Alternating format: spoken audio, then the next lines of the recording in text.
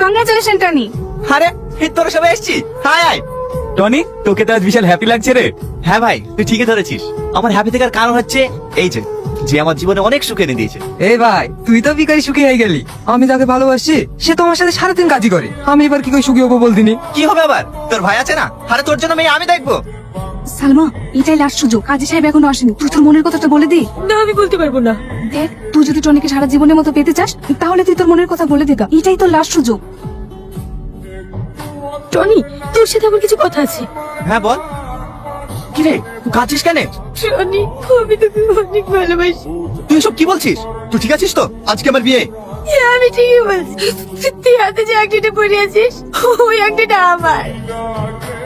আমি তো সে নানাকে ভালোবাসা, যার সাথে তুই প্রতিদিন রাতে ফোনে কথা বলতিস, যার সাথে তুই এক রাত কথা না বলি থাকতে পারতিস না। আমি তো সেই সালমা।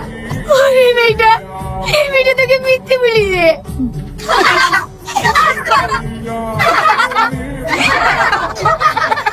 কি হলো বোন, অবাক হচ্ছ? অবাক হওয়ার কিছুই নেই, তোমার টানি তোমারই আছে। মানেটা আমি বলছি, তুই নিজেকে অনেক চালাক ভাবিস তাই না? আমি অনেকদিন আগেই জেনে গেছি যে বন্ধু আমাকে পাগলের মতন ভালোবাসে, সে আর অন্য কেউ না, সেটা হচ্ছে তুই। তুই কি করে জানলি? কি করে জানলাম শুনবি? তাহলে শোন। বল, কি বলবি? দেখ টনি, তোর সাথে যেটা হয়েছে খুবই অন্যায় হয়েছে, তাই আমি সালমার হয়ে তোর কাছে ক্ষমা চাইতে এসেছি। খবর তোমার নাম সামনে উচ্চারণ করবি নি, ওকে আমি ঘৃণা করি। তুই ওকে ঘৃণা করতে পারিস, কিন্তু ও তোকে অনেক ভালোবাসে। কি ভালোবাসে? তুই সালমাকে চিনতে পারিসনি, ওই সে আংটিওয়ালা মেয়ে যাকে তুই পাগলের মতো ভালোবাসি। তুই কি বলছিস রে? হ্যাঁ, আমি ঠিক বলছি। তোকে যখন পুলিশ ধরে নিয়ে যায়, তোর হাতের আংটি দেখে ও তোকে চিনতে পারে। ও খুব কান্না করছিল রে, আর আফসোস করে বলছিল আমি কি ভুল করলাম। তারপরে তো প্রিন্সিপালকে সঙ্গে করে নিয়ে গিয়ে তোকে ছাড়িয়ে নিয়ে আসলো। তাহলে ও যদি আমাকে ভালোবাসে, তাহলে আমাকে এতদিন বলেনি কেন?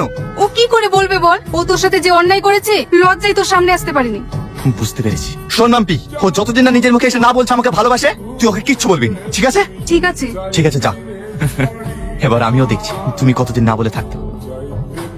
তারপরে আমি আমার এই ফ্রেন্ডকে আমার সঙ্গে ভালোবাসার অভিনয় করতে বলি, যেন তুই যে আমাকে ভালোবাসিস সেই কথাটা তুই আমাকে নিজে এসে বলিস। তার মানে তুই সেই নাটকের পাটিস? আরে তুমি ওকে বকছো কেন?